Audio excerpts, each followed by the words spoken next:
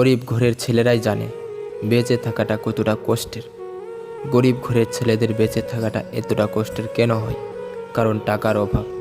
দরিদ্রের কারণে তারা নিজের প্রয়োজনীয় জিনিসপত্র নিতে পারে না, এমনকি খাবার, পোশাক, শিক্ষা এবং চিকিৎসা ব্যবস্থা করা কঠিন হয়ে পড়ে। গরিব ঘরের ছেলেরা বেশিরভাগ মানসিক চাপে থাকে। অনেক সময় টাকা পয়সার অভাবে গরিব ঘরের ছেলেরা পড়াশোনা ছেড়ে দেয়। তাদের জীবনটা একদম উলটপালট হয়ে যায়। তারা কিছু বুঝতে পারে না তাদের কী করা উচিত। ভাগ্য যেদিকে নিয়ে যায় তারা ঠিক সেদিকে ঝাঁপিয়ে পড়ে। তাদের মধ্যে কোনো ইচ্ছা শক্তি থাকে না, সব শেষ হয়ে যায় সব কিছু পূরণ করতে করতে। তবে এর বেশ কিছু সমাধান আছে। একটি গরিব ঘরের ছেলে এই দারিদ্রতা থেকে বেরিয়ে আসতে পারে যদি তারা বেশ কিছু কথা মেনে চলে। যদি এই টিপসগুলো, এই কথাগুলো একটি গরিব ঘরের ছেলের পক্ষে কঠিন হতে পারে, তবে এই কঠিনতাকে মেনে নিতে হবে। যারা এই কঠিনতাকে মেনে নিতে পারবে তারাই সফল হবে।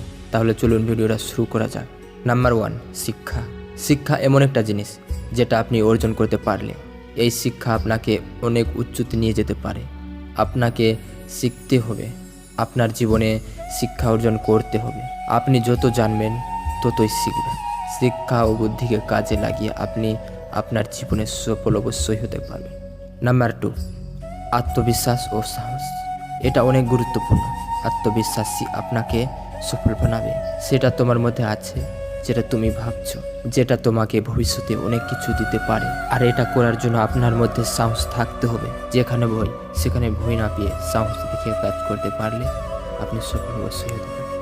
কিছু মোটিভেশনাল লাইন। জীবনে লড়াই করতে হবে, হার মানলেই চলবে না। তোমার ভাগ্য তুমি নিজেই বদলে নিতে পারো। সফল হতে হলে পরিশ্রম করতে হবে।